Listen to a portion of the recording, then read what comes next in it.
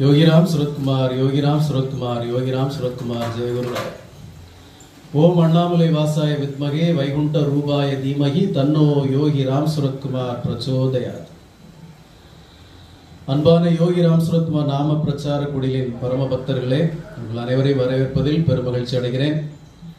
பூர்வ ஜென்ம புண்ணியம், இந்த ஜென்மத்திலே நாம் பகவானை, பிரபஞ்ச பரோபகாரி பகவான் யோகி ராம் சுரத்குமாரை நாம் அறிந்தது. மீண்டும் மீண்டும் ஒவ்வொரு சத்சங்கத்திலும் நாம் சொல்லுவது குரு பக்தி. அந்த குரு பக்தி ரொம்ப முக்கியம். யோகிராம் சுரத்குமாரை அறிந்த நாம் அவரிடமிருந்து தெரிந்து கொள்ள வேண்டிய ஒரே ஒரு முக்கியமான கடமை குரு பக்தி.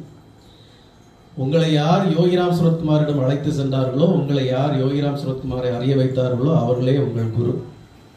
இந்த குரு பக்தியை பற்றி இன்னைக்கு மேலும் உங்களுக்கு ஒரு சில விளக்கங்களை கொடுக்கலான் இருக்கேன். உங்களுக்கு எல்லாம் தெரியும், பகவான் யோகிராம் சுரத்குமாருக்கு தீட்சை கிடைத்த இடம் எந்த இடம்?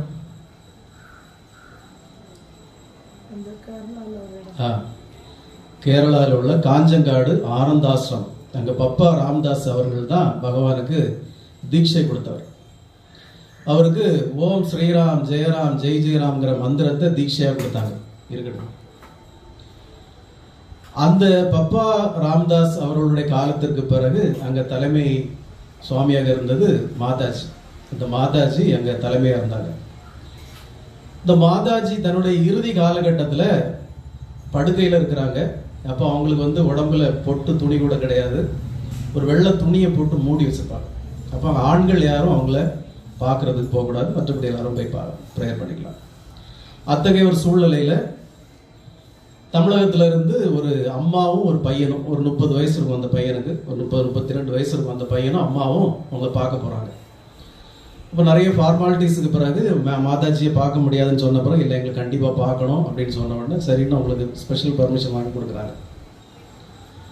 இப்போ இந்த பையன் அவங்க அம்மா உட்காந்துருக்காங்க, மாதாஜி படுத்திருக்காங்க, கூடவே நிறைய பெண் சிஷ்யர்கள்லாம் இருக்கிறாங்க. இந்த பையன் சொல்றாப்புல, மாதாஜி, நான் ஒரு சுவாமிஜி கிட்ட போய் எனக்கு ஒரு நாம தீட்சை கேட்டேன். அவர் ஒரு நாமத்தால் எனக்கு தீட்சை தந்தாரு. நான் அந்த நாமத்தை 1 வருஷமா நான் சொல்லிட்டு இருந்தேன். எனக்கு யாதொரு பிரயோஜனமும் இருக்கிற மாதிரி தெரியல அப்படின்னு சொன்னாப்புல. மாதாஜி கேட்டாங்க, அது என்ன நாமம்னு கேட்டாங்க.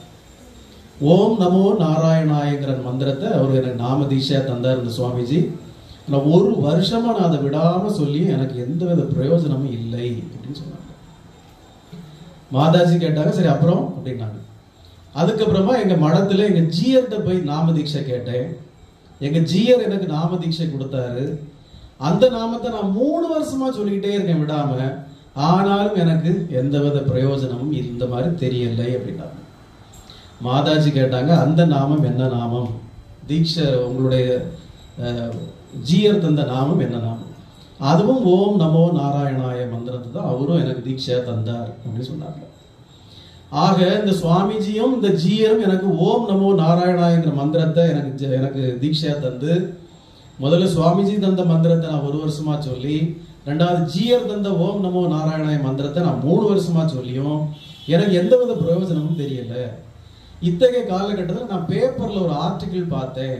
அந்த ஆர்டிகிள்ல இந்த மாதிரி கேரளால வட அத்தத்துல காஞ்சங்காடுன்னு ஒரு ஏரியா இருக்கு. அங்க ஆனந்தாசிரமம்னு ஒண்ணு இருக்கு. அங்க ஒரே நாம ஜபம் தான், அந்த நாமத்தை தான் அங்க தீட்சையா கொடுக்குறாங்க, அந்த நாமம் தான் அங்க முக்கியம்னு சொன்ன உடனே அதை கேள்விப்பட்டு வந்திருக்கேன், எனக்கு நீங்க நாம தீட்சை தாங்க அப்படின்னு அந்த பையன் கேட்டாப்ல. அந்த பையன் குறிப்பிட்ட ஒரு ஐயங்கார் குடும்பத்தில் உள்ள ஒரு பையன். மாதாஜி சொன்னாங்க, அவருடைய அடுத்த தலைமுறை சுவாமிஜி சச்சிதானந்தம். சச்சிதானந்தம் நீங்க அது அடுத்த நாளைக்கு நாம தீட்சை கொடுக்கறதுக்குள்ள ஏற்பாடுகள்லாம் பண்ணுங்க, நாளைக்கு நான் அந்த பையனுக்கு நாம தீட்சை கொடுக்க போறேன் அப்படின்னோடனே அங்க நாம தீட்சை கொடுக்கறதுக்குள்ள இது எல்லாத்தையுமே அங்க அரேஞ்ச் பண்ணாங்க. அடுத்த நாள் காலையில் அப்படி ஒரு சின்ன விழா கோலமாக இருக்கு. அந்த பையனுக்கு மாதாஜி நாம தீட்சை கொடுக்க போறாங்க. அந்த ஐயங்கார் பையன் ரொம்ப ஆர்வத்தோட, ரொம்ப சந்தோஷத்தோட, இன்னைக்கு மாதாஜி நமக்கு வாழ்க்கையில ஒரு பெரிய ஏற்றத்தை தரப்போறாங்க, நமக்கு ஒரு புதுசா ஒரு மந்திரத்தை தரப்போறாங்க, இந்த மந்திரத்தை நாம இனி விடாம ஜபிக்கிறப்ப நம்ம வாழ்க்கையில இத்தனை வருஷம் பட்ட கஷ்டங்கள்லாம் தீரப்போகுது. இவ்வளவு நாளும் நம்ம விடாம 4 வருஷம் ஓம் நமோ நாராயணாய மந்திரத்தை சொன்னோம், ஆனா எந்தவித புண்ணியமும் இல்லை நமக்கு. இன்னைக்கு மாதாஜி நமக்கு ஒரு நாமத்தை நமக்கு தீட்சா தர போறாங்க, இந்த நாமம் என்னுடைய வாழ்க்கையில பெரிய ஏற்றத்தை தரும் அப்படின்னு அந்த பையன் சந்தோஷமா வந்திருக்காப்ல. அந்த அம்மா உட்கார்ந்துருக்காப்ல. மாதாஜி சொன்னாங்க அந்த பையன்கிட்ட, நான் இப்போ ஒரு மந்திரத்தை சொல்லுவேன், அதை நான் 3 தடவை சொல்லுவேன், நீயும் திரும்ப அதை 3 தடவை சொல்லணும் அப்படின்னாங்க. சரி மாதாஜி அப்படின்னா மாதாஜி தொடங்கினாங்க. ஓம் ஓம் நமோ நமோ நாராயணாய அப்படின்னு தொடங்கினாங்க. அந்த பையனுக்கு முகமே சுருங்கி போச்சு. இதைத்தானே நான் ஏற்கனவே 4 வருஷமா சொல்லிக்கிட்டு இருக்கேன், எனக்கு இதில் எந்த பிரயோஜனம் இல்லைன்னு தானே இங்கே வந்தேன், நீங்களும் அதே நாமத்தை சொல்றீங்களே, இதனால எனக்கு என்ன கிடைக்க போகுதுன்னு மனசுக்குள்ள வந்து அவன் முகத்துல காட்டுது. அவங்க அம்மாவுக்கு முகமும் சுருங்கி போச்சுது. சுற்றி இருந்தவங்களுக்கெல்லாம் ஒரே வேடிக்கையா இருக்குது, என்னடா இந்த மந்திரத்தை சொல்லி தானே பிரயோஜனம்னு வந்தான், மாதாஜி திருப்பி அதையே சொல்றாங்களே அப்படின்னு எல்லாம் நினைக்கிறாங்க.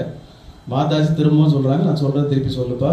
ஓம் ஓம் நமோ நமோ நாராயணாய நாராயணாய. பையனுக்கு முகமே வாடி போச்சு. மெனக்கெட்டு நம்ம தமிழ்நாட்டில இருந்து கேரளாவுக்கு இவ்வளவு தூரம் வந்து இவங்ககிட்ட ஒரு நாம தீட்சை எடுத்துட்டு போகலான்னு பார்த்தா இவங்க அதே நாமத்தை ரிப்பீட் பண்றாங்களே கடவுளே அப்படின்னு நினைச்சான். மாதாஜி திரும்பவும் 3ஆவது தடவை ஓம் ஓம் நமோ நமோ நாராயணாய நாராயணாய அப்படின்னு சொன்னாங்க பையன். இது திரும்ப ரொம்ப வருத்தம். இது இப்படியே ரிப்பீட் ஆகி 9ஆவது தடவை மாதாஜி சொல்றாங்க ஓம் ஓம் நமோ நமோ நாராயணாய நாராயணாய.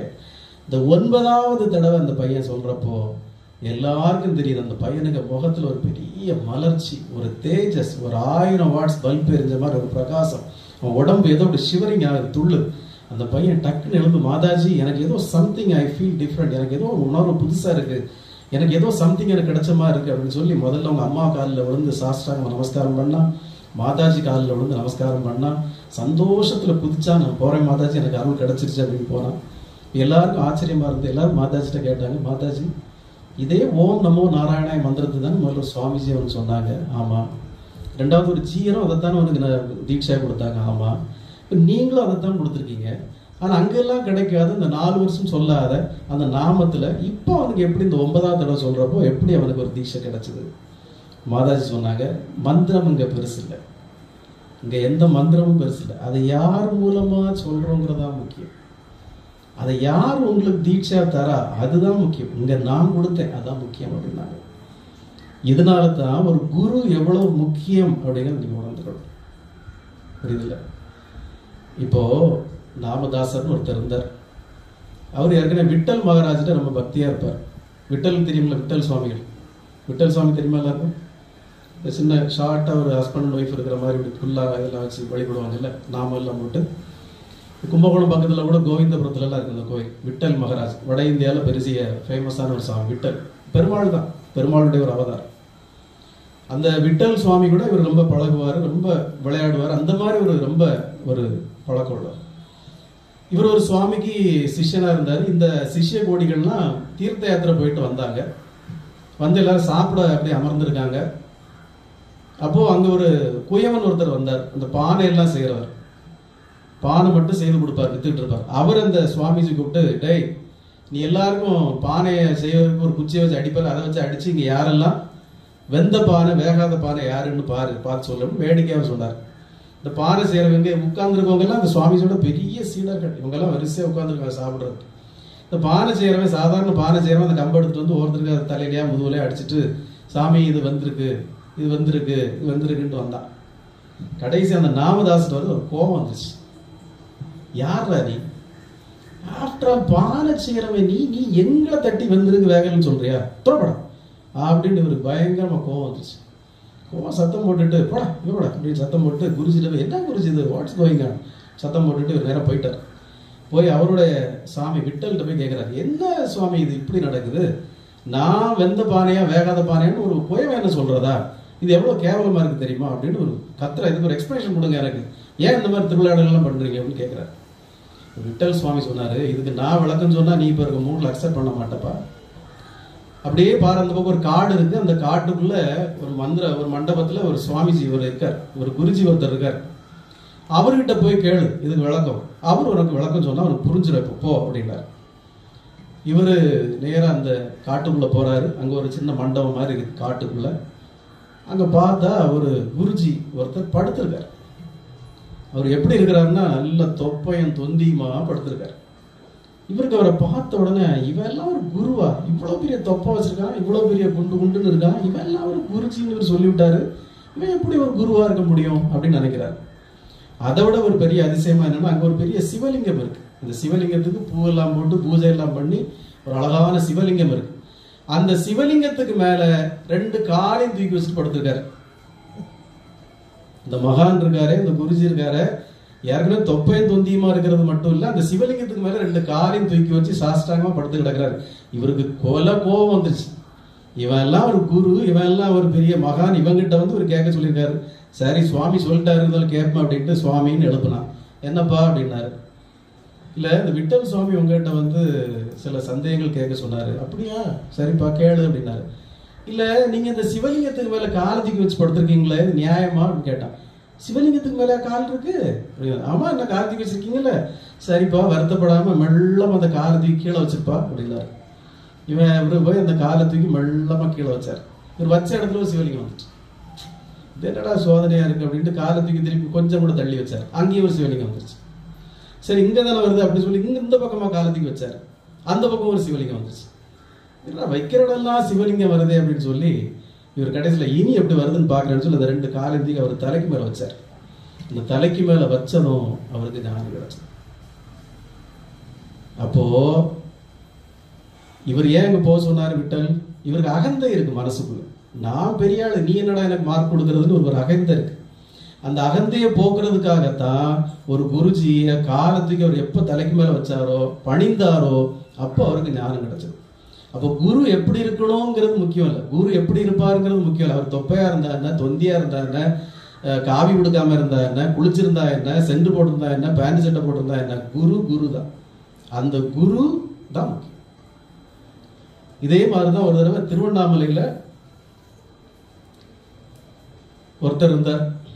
அவர் வந்து ரமண மகரிஷியோட தீவிர பக்தர், ரமணாசிரமத்தில் இருந்தார்.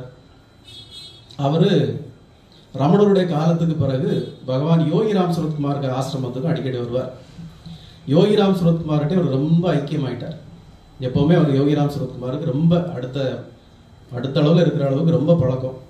யோகிராம் சுரத்குமார் அவர் அடிக்கடி தேடுவார், பார்ப்பார். இவர் கூடவே ஒரு அனுராதான்னு ஒரு அம்மாவும் அவர் கூடவே எப்பவும் வரும் சுவாமியை பார்க்கறதுக்கு. 2 ரொம்ப வயசு.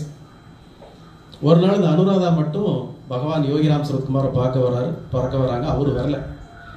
பகவான் கேட்கிறாரு, ஏன் ராதா அவர் எங்க அப்படின்னு கேட்டார். இல்ல அவர் வரல சுவாமி அப்படின்னா. என்னாச்சு அவருக்கு, வாட் ஹேப்பன் அப்படின்னா.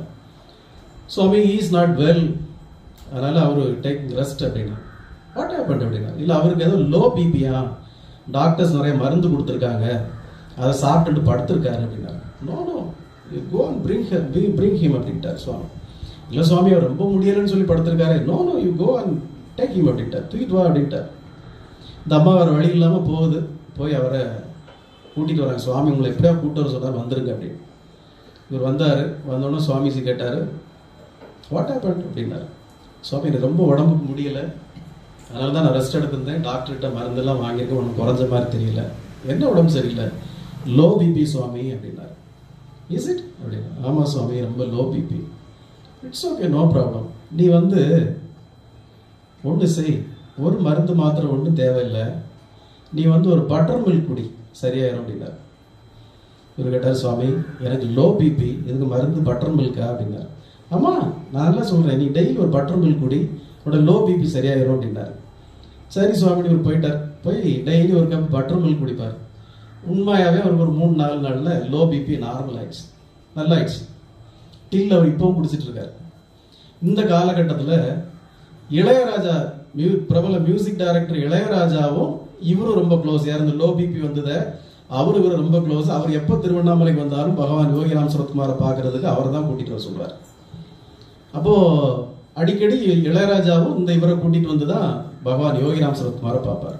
மாசந்தோறும் இளையராஜா வருவார். அப்போ ஒரு பீக்ல இருக்கார், 1980-85. ஒரு 2 மாசமா இளையராஜா வரல. அப்போ பகவான் யோகிராம் சுரத்குமார் அடிக்கடி அவர்கிட்ட கேட்பாரு, என்னாச்சு இளையராஜா ஏன் வரல அப்படின்னு கேட்பாரு. தெரியல சுவாமி 2 மாசமா வரல. ஓகே அவர் வந்தா என்ன வந்து பார்க்க சொல்ல அப்படின்பார். சரி சுவாமி அப்படின்ட்டு 2 மாசமா இளையராஜாவை காணும். ஒரு 3-4வது மாசம் இளையராஜா வரார் திருவண்ணாமலைக்கு. அப்போ நேராக இவர்கிட்ட வரார், இந்த லோ பிபி கார்ட்ட. வந்தோடனே இளையராஜா நம்ம மெலிஞ்சி துரும்பாகி ரொம்ப முகமெல்லாம் வாடி கருத்து போய் அப்படி கஷ்டத்தில் வரார். அவர் கேட்டார், என்னாச்சு, வாட் ஹேப்பன் அப்படின்னாரு. இந்த மாதிரி ஒரே இன்கம் டேக்ஸ் ரைடு, வீட்டில் ஒரே பிரச்சனை, நம்மளை போட்டு கொன்று எடுத்துட்டாங்க. எனக்கு ரொம்ப உடம்பே சரியில்லை, பிபி ஹை பிபி ஆயிடுச்சு, 300-400 எகிரிச்சு பிபி, டேப்லெட்லாம் போட்டும் எனக்கு பிபி குறையில அப்படின்னு. அப்படியா, எனக்கு இந்த மாதிரி தான் லோ பிபியாக இருந்து நான் பகவான்கிட்ட போய் கேட்டேன். அவர் எனக்கு பட்டர் மில்க் குடிக்க சொன்னார். எனக்கு அந்த லோ பிபி இப்போ நார்மல் ஆகிட்டு, உங்களுக்கு ஹை பிபி தானே, வாங்க பகவான்கிட்ட போவோம், ஏதாவது மருந்து சொல்லுவார் அப்படின்ட்டு இளையராஜாவை உங்களை வேற தேடிட்டு இருக்கார் சுவாமி, வாங்கன்னு கூட்டிகிட்டு போகிறார். இசை ஞானி இளையராஜா அவர் கூட போய் பகவான் யோகிராம் சுரத்குமார் திருவண்ணாமலை கோயிலில் பார்க்க போய் அமர்ந்திருக்கார். சென்னை திருவீட்டில் அமர்ந்திருக்கார். இப்போ சுவாமிஜி கேட்டார், இளையராஜா வாட் ஹேப்பன், என்ன இப்படி இருக்கீங்க, ஏன் 2 மாசமா காணலன்னு கேட்டார். சுவாமி ரொம்ப பிஸி, ஒரே இன்கம் டேக்ஸ் ரைடு, வீட்டில் ஒரே பிரச்சனை நிறைய, அது சம்பந்தமா கோர்ட்டு கேஸு போலீஸ் அதெல்லாம் அலைஞ்சிட்டு இருக்கிறேன், எனக்கு ஒரே ஹை பிபி சுவாமி, ரொம்ப கஷ்டமா இருக்கு. நீங்க தான் அவருக்கு லோ பிபிக்கு பட்டர் மில்க் ஏதோ குடிக்க சொன்னீங்களாமே, எனக்கு ஹை பிபிக்கு ஏதாவது மருந்து சொல்லுங்க சுவாமி, எவ்வளோ மாத்திரதுன்னு குறைய மாட்டேங்குது அப்படின்னு இசைஞானி இளையராஜா கேட்டார். பகவான் யோகிராம் சுரத்குமார், உங்களுக்கு ஹை பிபியா, ஆமா சுவாமி அப்படின்னாரு. Okay, you also take butter milk அப்படின்னாரு. இளையராஜா கோவம் வந்துருச்சு. அவர் மெல்ல பக்கத்தில் இருந்தவர் சொன்னார், என்ன இவர், உனக்கு லோ பிபி அதுக்கு பட்டர் மில்க் குடிக்க சொன்னார், எனக்கு ஹை பிபி அதுக்கும் பட்டர் மில்க் குடிக்க சொல்கிறாரு அப்படின்னு கேட்ட உடனே சுவாமிஜி கேட்டார், அங்கே என்ன பேசுகிறீங்க அப்படின்னு கேட்டார். வாட் இளையராஜா டெல்லிங், என்ன சொல்கிறீங்க அப்படின்னாரு. இளையராஜாக்கு அப்போ கொஞ்சம் வாய் கூடுதல், அப்போ இல்லை இப்போ கொஞ்சம் கூடுதல் தான்.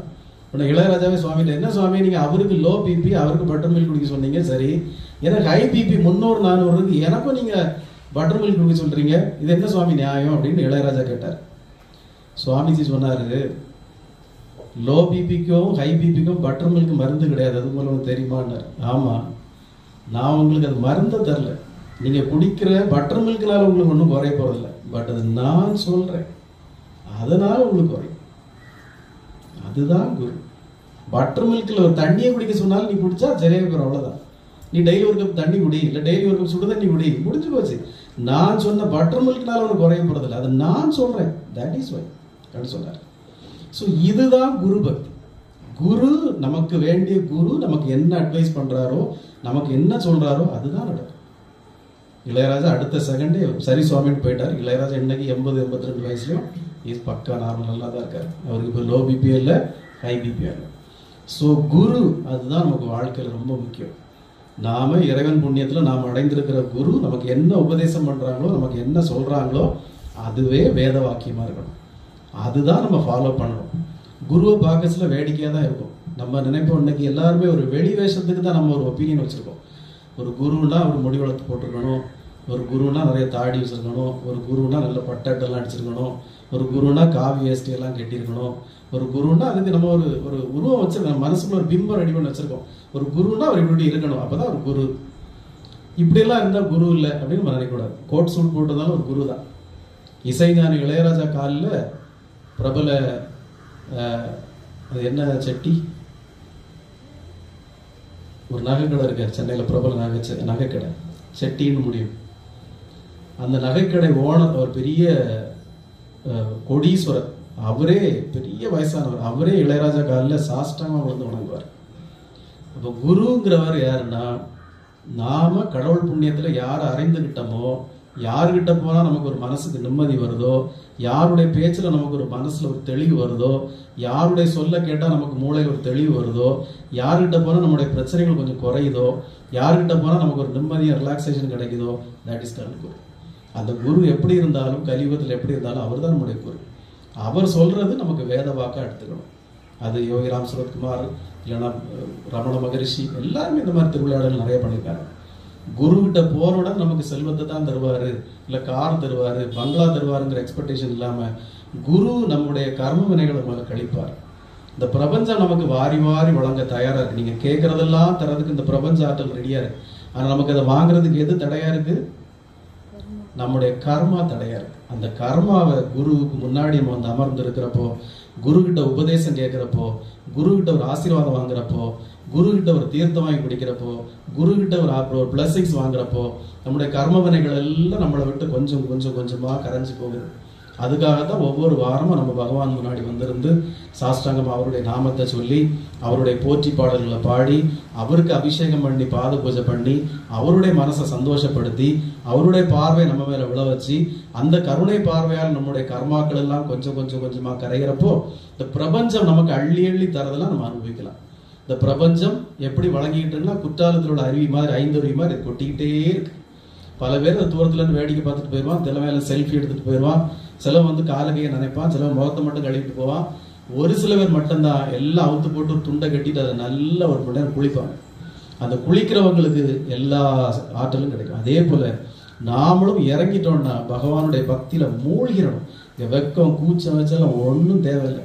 நாம சொல்றப்ப கத்தி சொல்லணும். நம்ம சொல்றது அவர் பரமண்டலத்துல கேட்கணும். அவருக்கு அந்த அளவுக்கு நாமத்தை சொல்லி பகவானை சந்தோஷப்படுத்தி குருக்கிட்ட தீட்சை வாங்கி குருக்கிட்ட பிளஸிங்ஸ் வாங்கி நாம் இருந்தோம்னா வாழ்க்கையில நாம் நினைச்சதெல்லாம் அடைய முடியும், நினைச்சதெல்லாம் சந்தோஷமா அனுபவிக்க முடியும். ஓகே. யோகிராம் சுரத்குமார், யோகிராம் சுரத்குமார், யோகிராம் சுரத்குமார். ஜெய குருராயா.